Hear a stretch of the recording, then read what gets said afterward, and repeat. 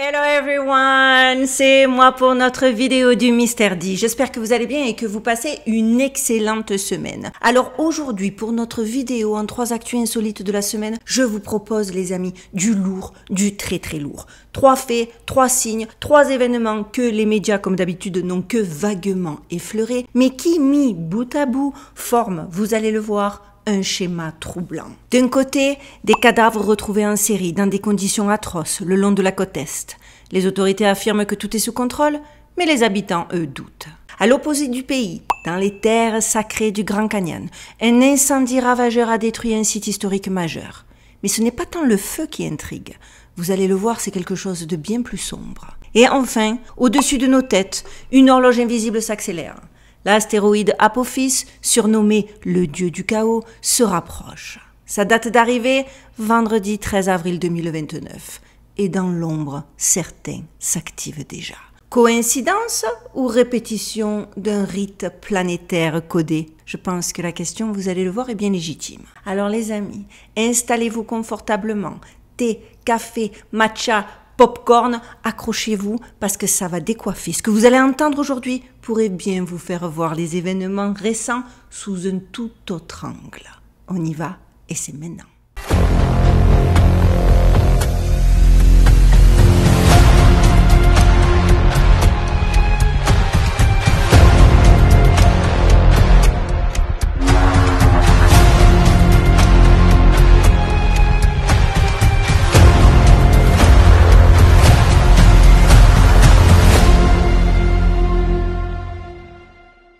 Et on rentre directement dans le vif de nos sujets avec notre info numéro 1, les disparus de la Nouvelle-Angleterre.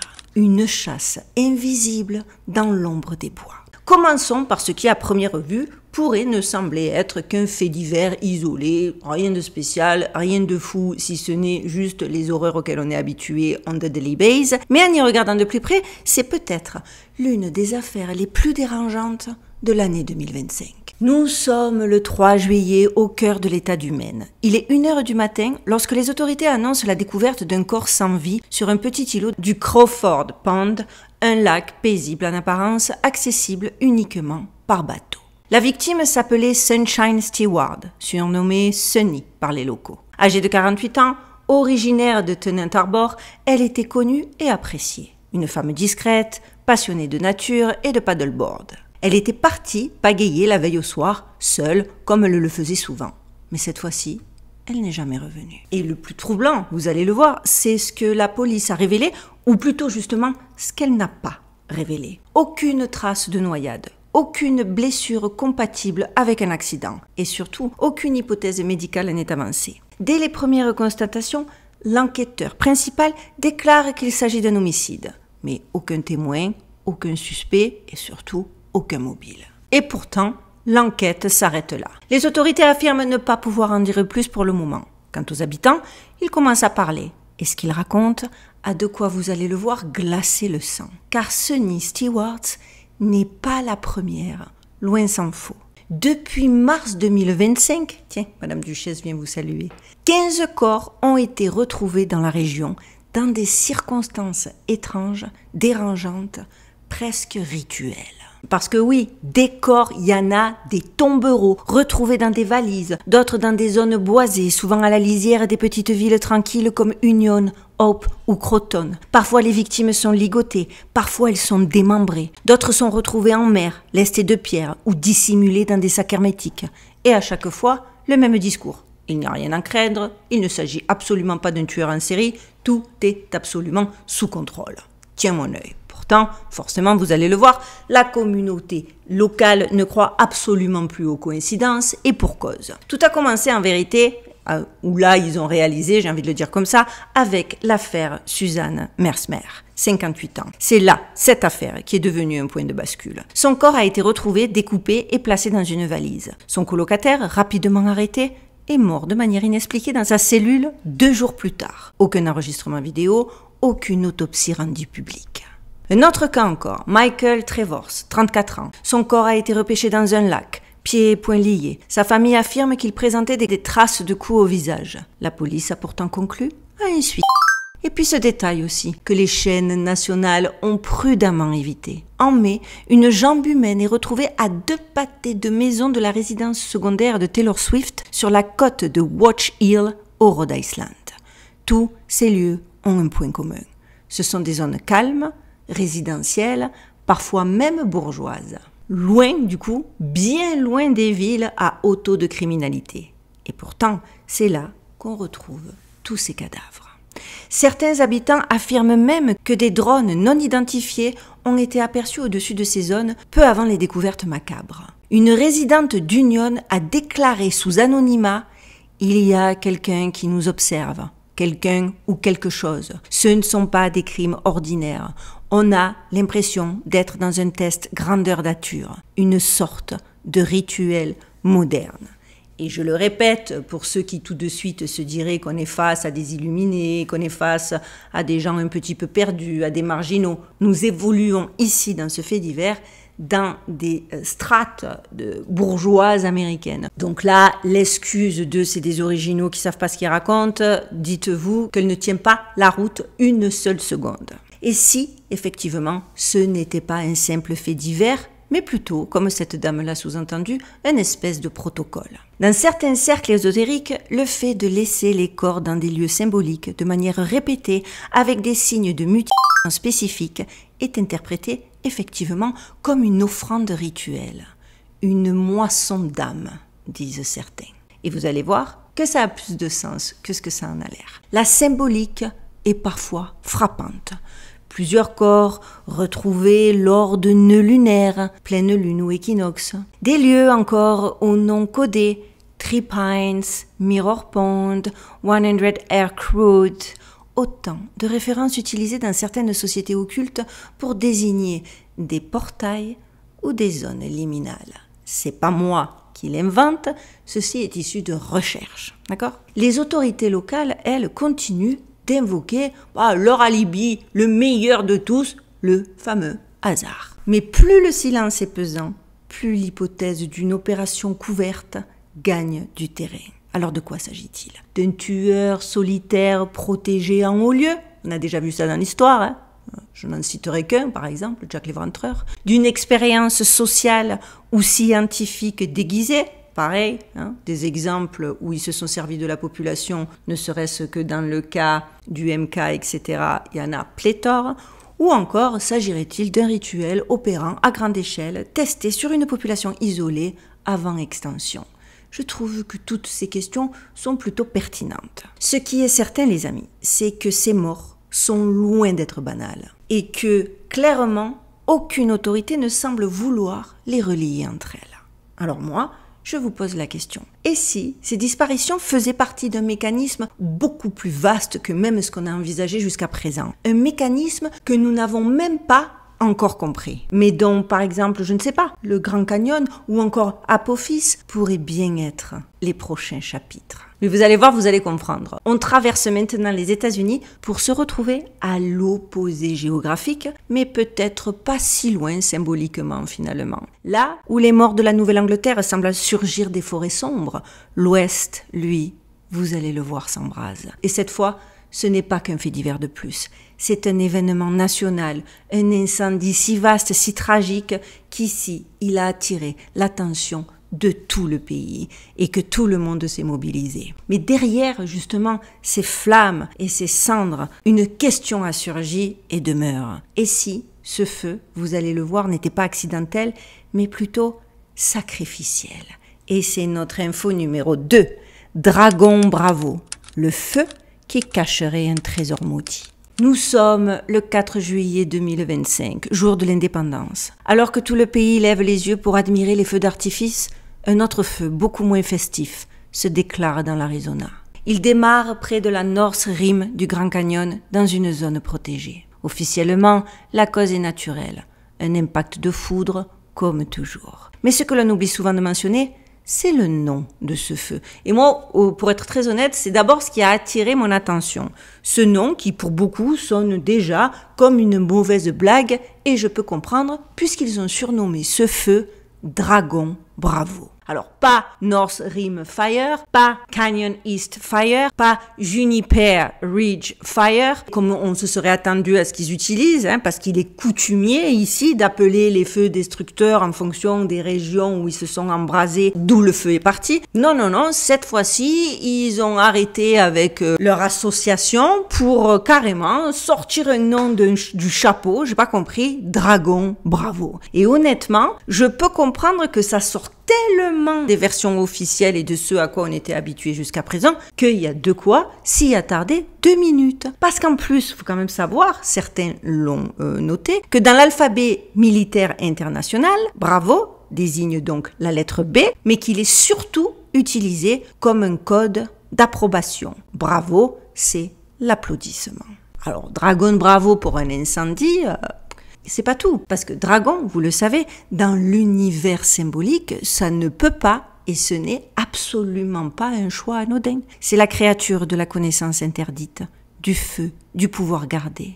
Dans l'ésotérisme ancien, le dragon est le gardien des portes, le protecteur des trésors ou le destructeur du monde. Et là, les amis, c'est tragique, parce que le Dragon Bravo Fire, en seulement quelques jours, a dévoré plus de 8000 acres de forêt, détruit le mythique Grand Canyon Lodge et force la fermeture de toute la rive nord du parc pour le reste de l'année. Mais les flammes, elles, malheureusement, ne s'arrêtent pas aux arbres. Elles consument un symbole. Le Grand Canyon Lodge n'est pas un bâtiment parmi d'autres. Construit en 1928, il est classé monument historique. Sa salle à manger offrait la vue la plus célèbre sur la faille millénaire. Et maintenant, vous le voyez en photo, c'est un tas de cendres. Et pendant que les caméras filment les pompiers, expliquent ce coup du sort malencontreux, cette foudre, cette mauvaise foudre qui aurait déclenché cet enfer sur Terre, une autre information passe complètement inaperçue, alors que s'ils avaient fait 2 minutes de recherche, c'est une information qu'ils auraient dû lier. Parce qu'on apprend qu'à moins de 15 km au sud, une mine s'est rouverte. Oui, son nom, Pinyon Plain Uranium Mine. Un gisement d'uranium à très haute pureté dans une zone classée jusqu'alors patrimoine mondial par l'UNESCO. Et pourtant, malgré des moratoires de protection, malgré l'opposition des tribus Havasupai, Hopi, Diné et Navajo, la mine a obtenu une autorisation exceptionnelle en toute discrétion. Well, well, well, what a coincidence. Voici les amis ce que l'on sait. Ce site contient l'un des plus grands gisements d'uranium à bréquiapipe au monde, estimé à plus de 2 millions de livres d'oxyde d'uranium. L'extraction de ce minerai est extrêmement risquée. La roche est instable, les nappes phréatiques fragiles et selon les experts autochtones, les eaux sacrées du canyon risquent d'être contaminées à vie. Mais alors, pourquoi rouvrir ceci maintenant? Sachant en plus les problèmes déjà d'eau qu'on a, nous, le Nevada. Quand on voit, je vais vous mettre une photo du Lake Mead, je vous fais un avant et un après. Quand on sait les problèmes qu'on a, nous, de notre côté, et que je parle encore une fois que de mon état, comment ont-ils pu envisager de faire un truc qui pourrait contaminer l'eau si chère et si rare dans ce coin-là? Et en plus, pourquoi réouvrir cette mine au moment quasi exact où un incendie détruit les infrastructures alentours? Pourquoi donner un nouveau nom symbolique au feu si ce n'est pas pour envoyer un de plus, un message codé? Vous vous en doutez, je le répète, pas de coïncidence ici, mais plutôt beaucoup d'évidence. Une théorie n'a d'ailleurs pas tardé à circuler dans les cercles discrets. Le feu, selon eux, est un acte de nettoyage, un rituel alchimique pour faire sauter les verrous administratifs, émotionnels, symboliques. Autrement dit, si un lieu devient trop dangereux, trop instable ou trop sacré pour qu'on puisse l'exploiter, ils ont trouvé la solution. Il suffit de le brûler. Et je le répète, n'oubliez pas, ces terres-là sont protégées parce que c'est des terres qui appartiennent aux Indiens. Donc, forcément, là, le feu arrive juste à côté de la mine. Oh, ça tombe pas bien ça. Et bien évidemment, il se rapproche des Indiens en leur parlant de reconstruction, de reconversion, de relance économique. Et surtout, on fore et on ne s'arrête jamais de forer. Il me semble que c'est d'une logique imparable. Et d'ailleurs, avant que ceux qui se veulent les plus rationnels, les plus intelligents, etc. ne se mettent à crier à la conspiration, sachez que cette idée n'est absolument pas sortie de nulle part et qu'elle n'est pas basée sur du vent. Parce que, rappelez-vous, sur la couverture 2024 du célèbre magazine The Economist, dans leur numéro intitulé The World Ahead, on retrouve un symbole discret tout en bas. Regardez ça. Minerals. Juste au-dessus, un volcan stylisé. Et à côté, un pic à mine. Les élites vous ont montré, comme d'habitude, j'ai fait suffisamment de débunkage sur la page de garde du magazine The Economist pour savoir de quoi je parle, hein. Les élites vous ont encore bel et bien montré ce qu'elles allaient chercher. Les terres, les minerais, les métaux rares. Et c'est au cœur de l'actualité en plus. Parce que si vous croyez qu'il s'agit d'autre chose dans tous les conflits qui surgissent de droite-gauche, c'est que vous êtes vraiment en dessous, mais très en dessous de la vérité. Et forcément, du coup, dans les tribus indiennes qui se sentent flouées par cette coïncidence malencontreuse, ils ont tout de suite mis en avant de manière très poétique le fait que justement, pour extraire un trésor gardé par un dragon, il faut d'abord forcément le réveiller. Et j'ai trouvé ça exceptionnellement bien vu, parce que d'un point de vue des chercheurs de vérité, ce feu est bien plus qu'une catastrophe écologique. C'est un rituel alchimique dans un des lieux les plus énergétiques de l'Amérique du Nord. Car oui, le Grand Canyon est depuis longtemps soupçonné d'abriter des réseaux de cavernes antiques, voire des artefacts d'origine inconnue. Sachez d'ailleurs que je vous prépare un sujet, peut-être avant votre rentrée, très certainement après la mienne, parce que nous, ils reprennent l'école le 11 août. Mais le sujet, il est avec la Tartarie, j'ai rien oublié, mais vous savez ce que c'est quand on fait tout toute seule, ben, le temps, malheureusement, ça dépend un petit peu des aléas de mon quotidien. Mais ce sujet est en préparation pour une vidéo, je l'espère, très prochaine, et c'est un banger. Cette théorie, on va le dire comme ça, est folle, parce qu'il s'agit de théories appuyées par d'anciens rapports du Smithsonian Institute, évoquant même une présence égyptienne ancienne ou proto-phénicienne dans les profondeurs du Grand Canyon. Et certains vont même encore plus loin que ça. Le feu du dragon Bravo serait le premier acte d'un processus occulte visant à réveiller l'ancien pouvoir de la terre américaine. Et comme par hasard, j'ai envie de vous dire, parce qu'une fois de plus, tout cela se passe moins de 4 ans avant l'arrivée du fameux astéroïde Apophis, surnommé le dieu du chaos, le serpent céleste, l'œil qui revient. Et ça, justement, vous l'avez compris, c'est notre info numéro 3. Apophis est le grand rituel de 2029, vers une réinitialisation programmée. Et maintenant, accrochez-vous encore pour cette info. Parce que ce que je vais vous partager dans ce 3e chapitre dépasse largement le cadre d'un fait divers ou d'une simple coïncidence. Nous allons parler une fois encore d'un alignement planétaire, d'un rendez-vous écrit dans le ciel, mais aussi dans les textes anciens, les symboles kabbalistiques, les rituels ésotériques et les décisions très concrètes prises en ce moment même par les gouvernements du monde entier. Tout converge, semblerait-il, vers une date, le vendredi 13 avril 2029. Et ce qui va arriver ce jour-là, d'après ce qu'on lit et d'après ce que l'on voit et d'après ce que certains dénoncent, pourrait tout changer. Commençons donc par le plus visible, le plus officiel. Le 13 avril 2029, la Terre va donc frôler un astéroïde baptisé Apophis, en référence directe au dieu égyptien du chaos, de l'obscurité, du désordre cosmique.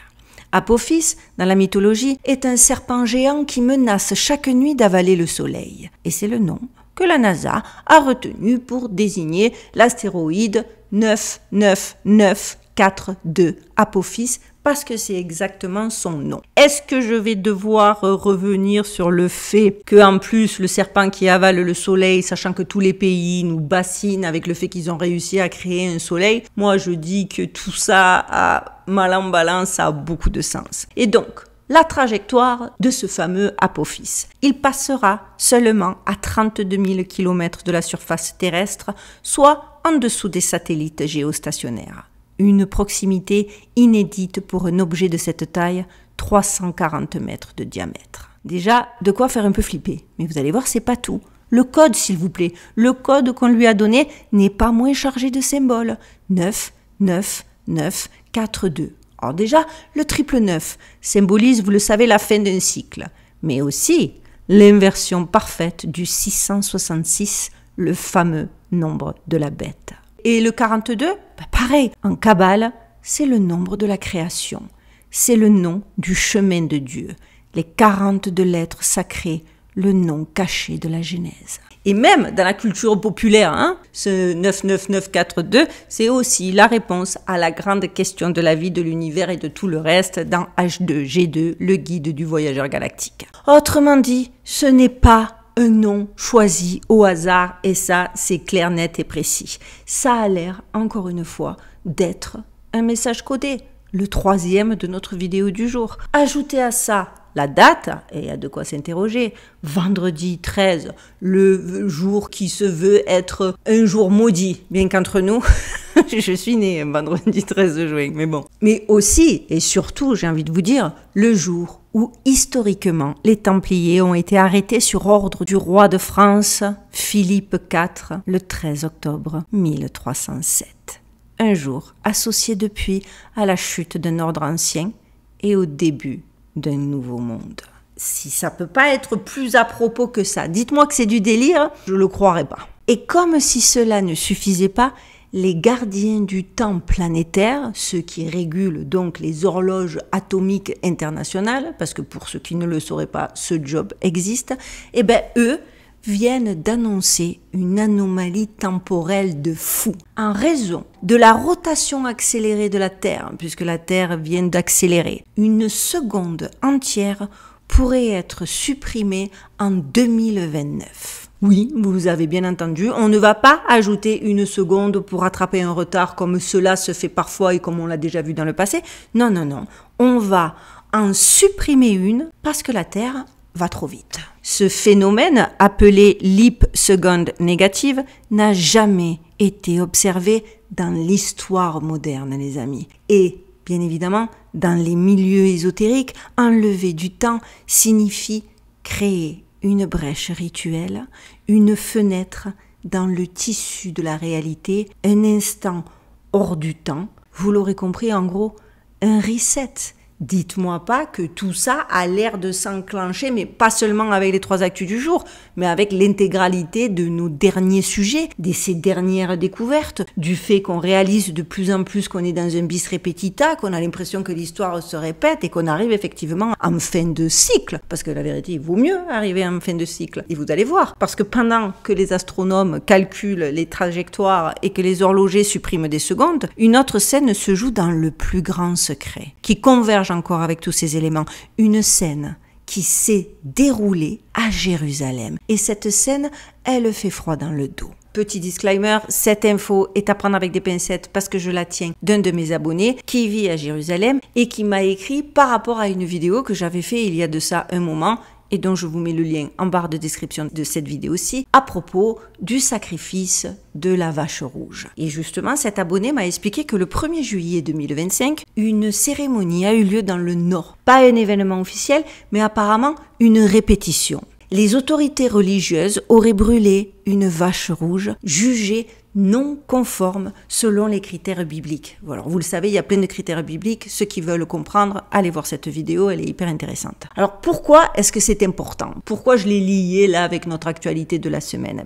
Parce qu'il faut savoir que selon le livre des Nombres, chapitre 19, la reconstruction du 3e temple de Jérusalem ne peut commencer qu'après le sacrifice rituel d'une vache rousse parfaite, née sans aucun poil noir. Ce sacrifice doit être effectué sur le mont des Oliviers par des prêtres purifiés selon les lois mosaïques.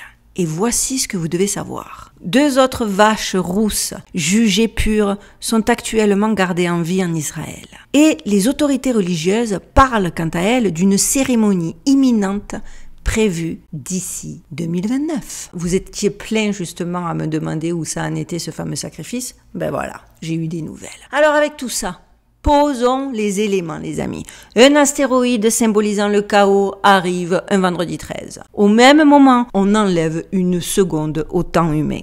Et enfin, dans les coulisses, on prépare des sacrifices, alors que ce soit biblique ou pas, hein, comme on l'a vu dans les faits divers de notre première info, mais en tout cas, le rituel biblique, celui qui est du coup biblique, il est censé déclencher la construction du troisième temple, annoncé dans de nombreuses prophéties comme la signe de la fin des temps.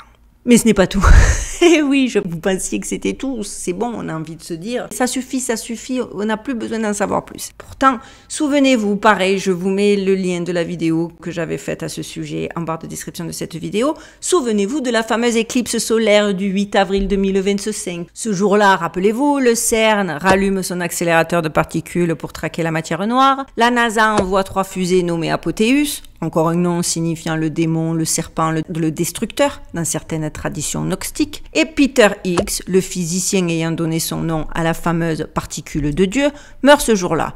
Coïncidence cosmique ou synchronisation rituelle, il me semble que la question est on ne peut plus légitime et que ça fait beaucoup de coïncidences, en tout cas bien trop de coïncidences pour être balayé d'un seul revers de la main. De plus en plus de chercheurs alternatifs parlent d'un rituel global en plusieurs phases. Effectivement, première phase, purifier la terre par le feu, incendie ciblé, comme dragon, bravo, mais en vérité, il y en a plein de par le monde des incendies, on l'a vu même à Marseille, je pense à vous, cœur sur vous. Deuxième phase, faire disparaître les éléments instables, morts, rituels et mystérieuses. Troisième phase, modifier le temps. Il y a ce fameux saut quantique qui est prévu pour 2029. Quatrième, accueillir l'Apophis, le dieu du chaos céleste qui viendra sceller le sort de notre civilisation. Et enfin, cinquième phase, sacrifier l'animal pur et déclencher l'apocalypse biblique. Est-ce que c'est pas ce que nous sommes en train de vivre? Je trouve en tout cas que ça a le mérite d'être pertinent. Est-ce que c'est simplement un enchaînement de catastrophes isolées? Moi personnellement, ça je ne peux pas, je n'y crois pas, je suis un peu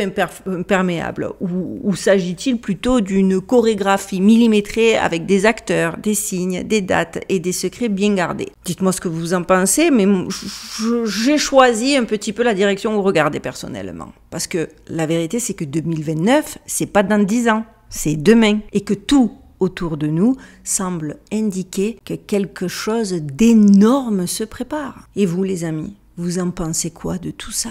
Parce que je sais que vous l'avez senti vous aussi, n'est-ce pas? Cette impression sourde que quelque chose est à l'œuvre hors champ, que l'on nous distrait à coups de faits divers, à coups d'informations sur de disclosures de documents sur des extraterrestres, pas des extraterrestres, pendant qu'en fait, des rituels planétaires se déroulent réellement à huis clos. Ce que nous appelons, nous, actualité, eux, j'ai bien l'impression qu'ils l'appellent préparation. Dans l'ombre, ils brûlent, ils effacent, ils sacrifient. Ils réinitialisent le sol, l'air, le ciel, le temps, et pendant que l'on regarde ailleurs, ils s'accordent pour la suite. Une suite qui pourrait bien culminer en 2029. Le point zéro, la boucle finale, la signature cosmique d'un ancien pacte jamais révélé. Et ce qui me fait dire qu'on est dans ce bis repetita. Mais du coup, les amis, dites-moi, et si le monde tel que vous le connaissez n'était qu'un décor qui peu à peu prend feu? Et si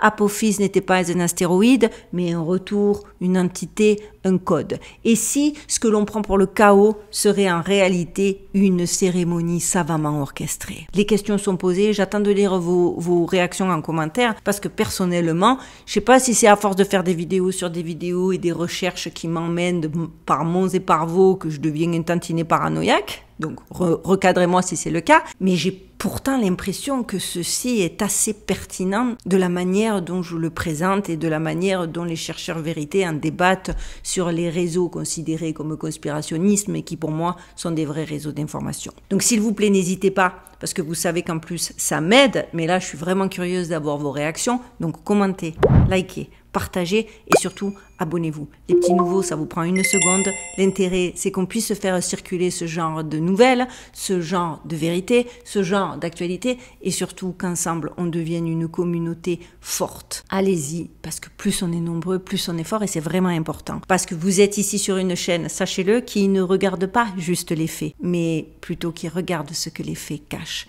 Et croyez-moi, j'ai bien l'impression que ce n'est que le début. Alors restez lucide et restez vigilant, car parfois, ce qu'on nous présente comme rien est en réalité le signal qu'ils ont appuyé bel et bien cette fois sur Play. Voilà les amis, j'ai terminé. J'espère que cette vidéo vous aura plu. On se retrouve dimanche pour notre vidéo dossier. Et en attendant, je vous souhaite de passer une bonne fin de semaine. Prenez bien soin de vous, prenez bien soin de vos proches, gardez l'œil ouvert et surtout les amis, stay safe.